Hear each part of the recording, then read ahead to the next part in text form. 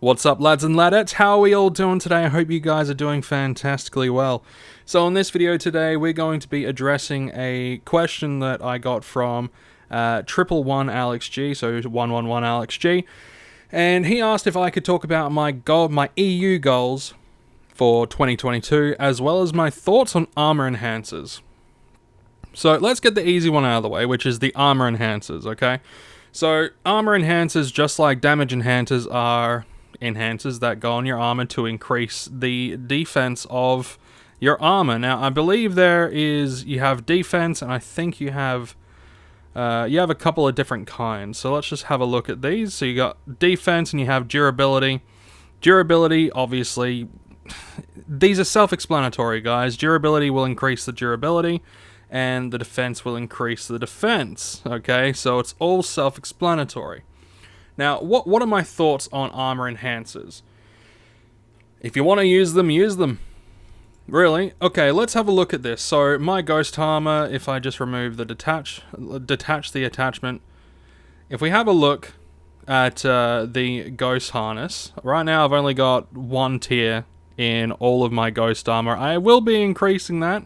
I will be spending a little bit of time doing some melee mainly to increase my swordsmanship, my strength, but as well as increasing the tier of my ghost armor, because I will be using armor enhancers later on down the line.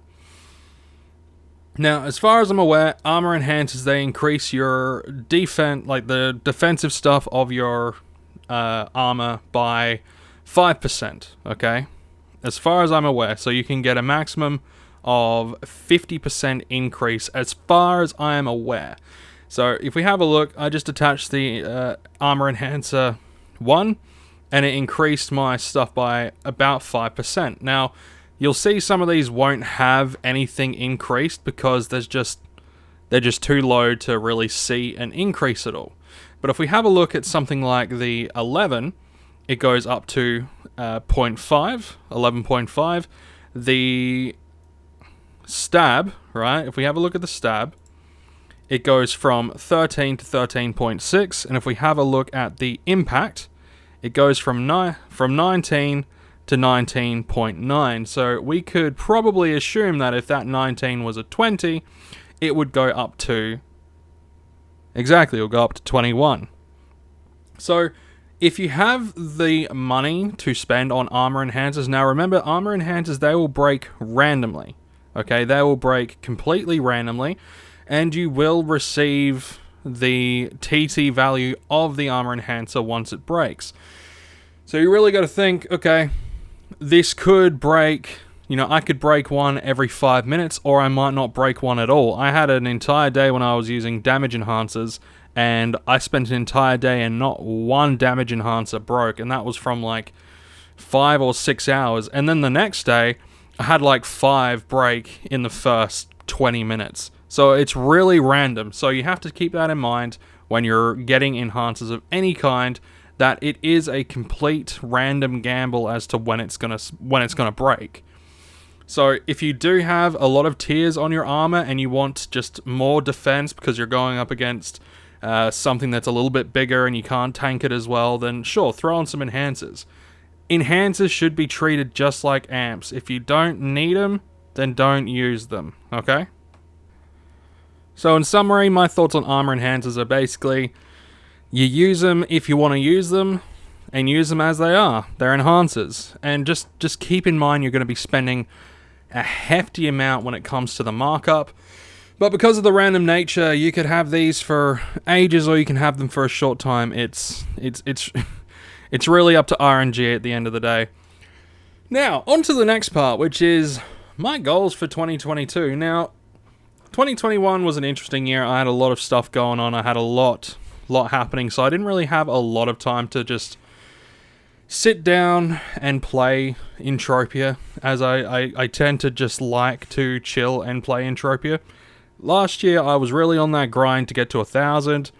So basically, whenever I was playing EU, it was for a video. Okay? It was for a video. I didn't want to waste any PED on just having fun. It was for a video. And it really wasn't until Merry Mayhem that I was able to just sit and chill and just play, doing whatever, you know. I got a disciple, and we hung out a couple of times, and I'm going to be heading back to Arcadia to hopefully do some more stuff with him, show him a few different things, bits and bobs, and give him maybe a few little goodies to help him on his way and all that sort of stuff. But my goals for 2022, because I am going to be playing a lot of EU, I've got a couple of goals. Let's talk about avatar goals to start off with, okay? Let's have a look at my professions. So right now, my laser sniper hit is 46. I want to get that up to 50 as quickly as I can, because then I'll get another skill that will help with all that sort of stuff. My ranged laser damage, though, is 42, so I want to try to balance those out a little bit. So what I want to do is I want to get, by the end of the year, I would love to get this stuff, the laser sniper hit and ranged laser damage. I would like to get them both above level 60. That is what I want for them. Now, the other key damage the key combat profession that I want to get up for me is my swordsman stuff, right? My swordsman hit and my swordsman damage. I want to get these as close to level 50 as I possibly can. So I want to increase both of these by a factor of between 20 and 25 levels. That's what I want. I want to get these as high as I possibly can.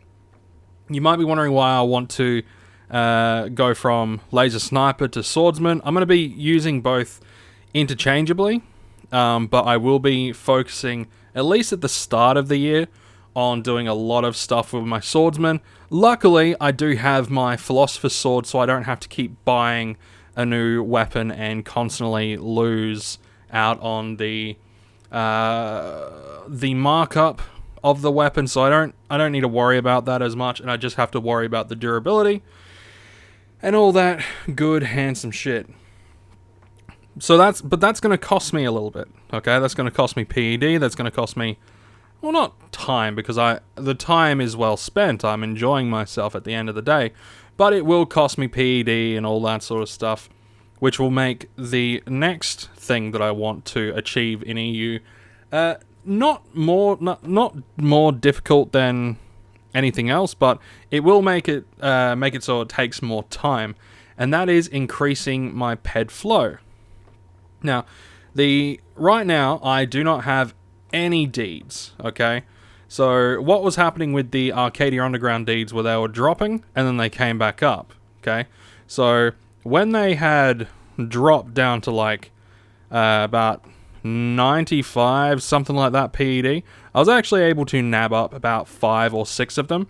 And then when they got to around about the back up to like the 105, I sold them to someone for about 100, like 100 a piece. Just to like, this was off the auction house. I sold it for about 100, and I ended up spending the stuff that I got from them. I ended up getting a bunch of, I got some Crystal Palace shares, but I also got some Ancient Greece shares, okay? Now, my goal for 2022 when it comes to my PED flow is I want, New Treasure Island, I'm not really looking at dealing with too much. Not because I don't believe that it's going to be doing well. I think it's going to do very well. But, and here's the big but, I don't know when they're going to be available for buying, and a lot of the ones that might be available for buying, it's probably going to be, the prices might be jacked up. But the two that I'm going to be focusing on, obviously, is the Ancient Greece and Crystal Palace Space Station shares. I want to get both of these up above 200 by the end of the year, which for me is very doable. The Ancient Greece, like at most, right now, at most, it will cost me 140 USD to get this up there. You know, 1,400, 1,400-ish PED.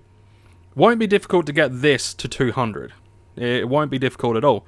Crystal Palace will be a bit different, because obviously it's more expensive, but it pays out more frequently than the Crystal Palace Space Station. But the Ancient Greece does pay out. it does pay out, and that's why I'm going to be first investing in Ancient Greece, because it is cheaper.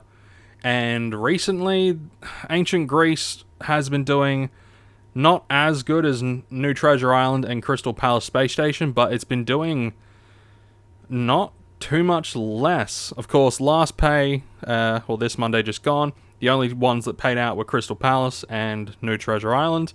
Ancient Greece didn't pay out, but that's just the way it goes. Both of these paid out one. This didn't pay out at all. Chances are good that next pay round, this is going to pay out one, and these will probably also pay out one. They might pay out more, but I'm not entirely sure. The events tend to eschew things over time, but since both Crystal Palace and New Treasure Island are still paying out, then to me that says that there's going to be a continuation of payouts, and hopefully I can, by the end of this year, be sitting in a position where I don't have to invest as much into the game as I was before. If I'm able to get per week even 10 PED, then that can go towards repairing my armor, that can go towards more shares and all that sort of stuff. Now, away from the shares, we're going to be looking at the deeds, because I do want to get some deeds as well.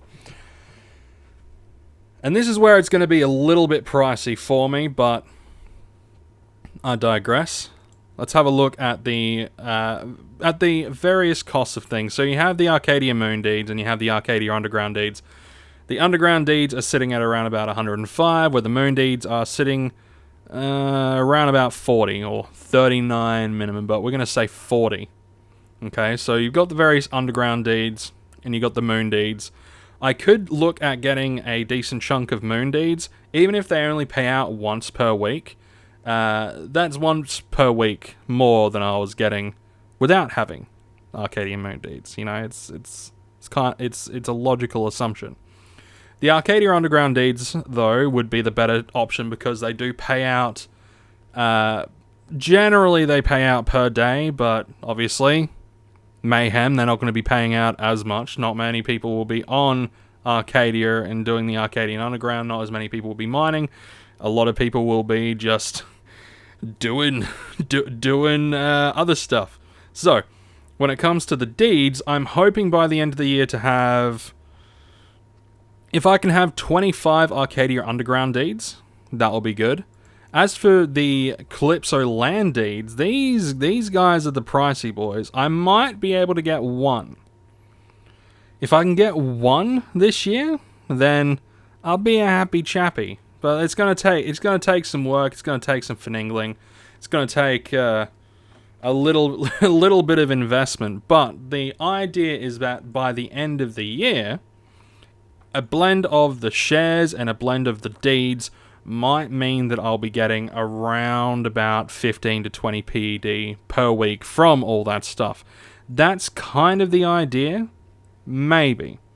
Now, I could, if I wanted to, skip the deeds altogether and just stick with the shares and just buy the shares because they are cheaper and they might work out better in the long run as investments. I'm not sure. I'm really not sure on which route I'm going to go down, but I do want to get some deeds as well as shares just for that flexibility, okay? Because flexibility can be good. Now, if we have a look at the various deeds, right, you've got a lot of these land deeds that have already been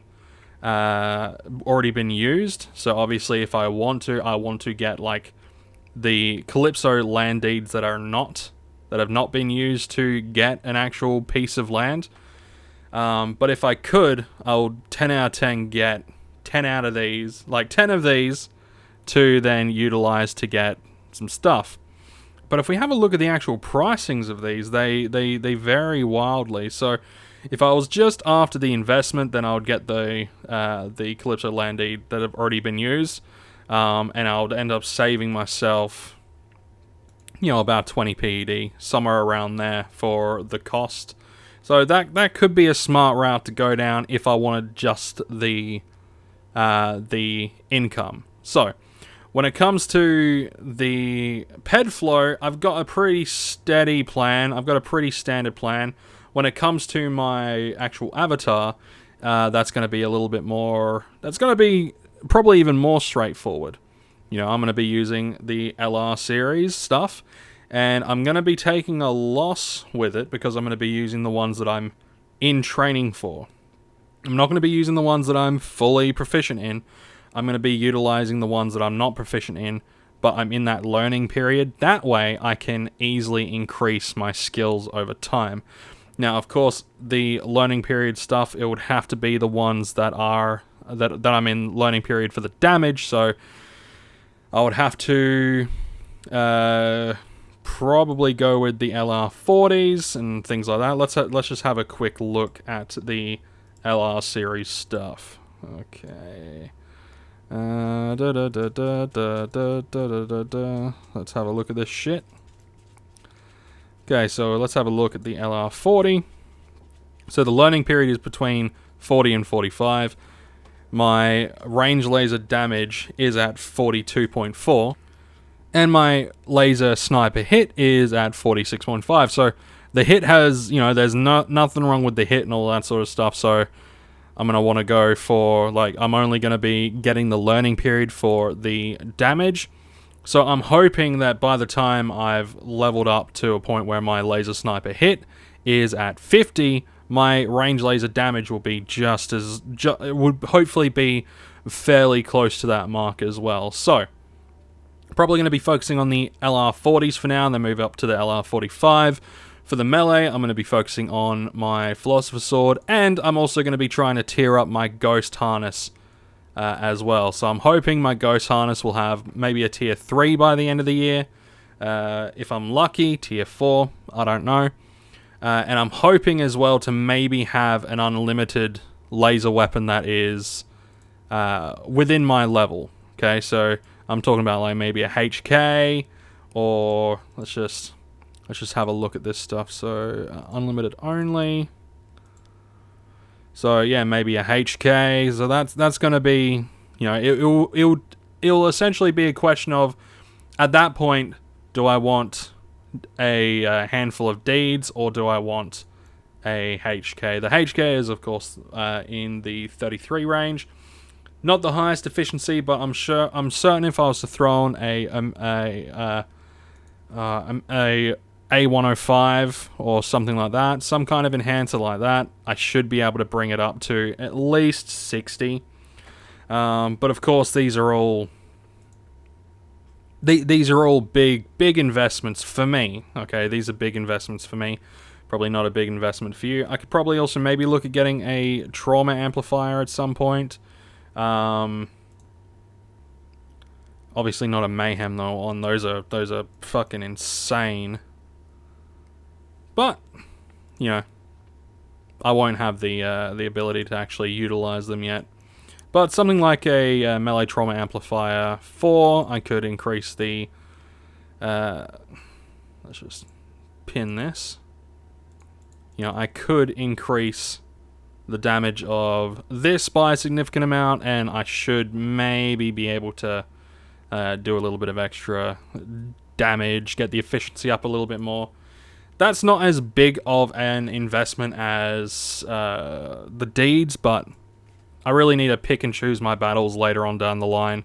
What do I want to spend my money on? What do I don't want to spend my money on? Where is my money going to go on at X, Y, and Z time?